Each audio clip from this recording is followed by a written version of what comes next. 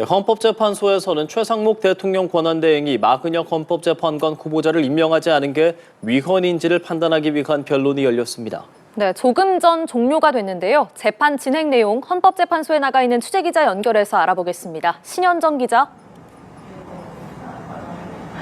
네, 우원식 국회의장이 최상목 대통령 권한대행을 상대로 낸 권한쟁의 심판 2차 변론 오후 2시에 시작해 50분 만에 끝났습니다. 앞서 우원식 국회의장은 최 대행이 국회목 헌법재판관 3명 중 2명만 임명하자 국회의 권한을 침해당했다며 위헌 여부를 따져달라고 심판을 청구했습니다. 애초 지난 3일 선고가 이뤄질 예정이었는데 최 대행 측이 절차적 문제를 제기해 변론이 재개됐습니다. 국회 측과 최 대행 측이 각각 15분씩 권한쟁의 심판 청구 절차 등 각 쟁점에 따른 각자의 입장을 설명했는데요. 국회 측은 국회가 권한쟁의 심판을 청구할 때 본회의 의결을 거친 전례가 없고 의결을 거치지 않은 사건에 대해서도 헌재가 결정을 내려왔다고 주장했습니다. 명백한 규정이 없는 만큼 청구 자체가 위법하다고 볼 수 없고 국회 대표자인 국회의장의 결정을 존중해야 한다고 강조했습니다. 반면 최 대행 측은 대의민주주의 원칙에 따라 국회의 권한은 본회의 의결을 통해 행사되어야 한다고 맞섰습니다.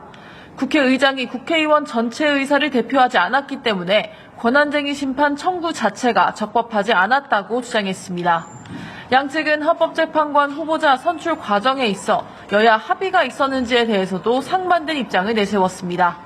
재판부는 오늘을 끝으로 변론을 종결하기로 했는데요. 평일을 거쳐 선고 일정을 추후 공지하기로 했습니다. 네, 신 기자, 내일은 윤석열 대통령 탄핵심판 7차 변론 기일입니다. 관련 내용도 전해주실까요? 네, 내일 열리는 7차 변론 오전 10시부터 시작됩니다. 지난 기일에 이어 증인 신문이 이어서 이뤄지는데요. 내일은 이상민 전 행정안전부 장관, 신원식 국가안보실장, 백종욱 전 국정원 3차장, 그리고 김용빈 선관위 사무총장이 출석합니다. 비상계엄 선포를 논의한 국무회의가 법적 절차를 지켰는지에 대한 신문이 이뤄질 것으로 보입니다.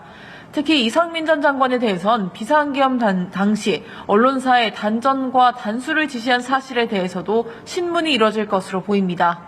윤 대통령이 선관위 보안 시스템에 허점이 있고 부정선거 의혹이 해소되지 않아 비상계엄을 선포했다고 주장하고 있는 만큼 이와 관련된 공방도 예상됩니다. 한편 헌재는 13일 이후 추가로 변론 기일을 지정할지에 대해서는 결정된 바가 없다는 입장입니다.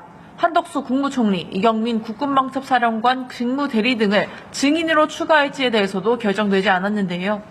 윤 대통령 측은 헌재가 신속한 심리만을 앞세워 증인 신문 시간을 과도하게 제한하고 있다고 지적했습니다. 지금 헌법재판소에서 전해드렸습니다.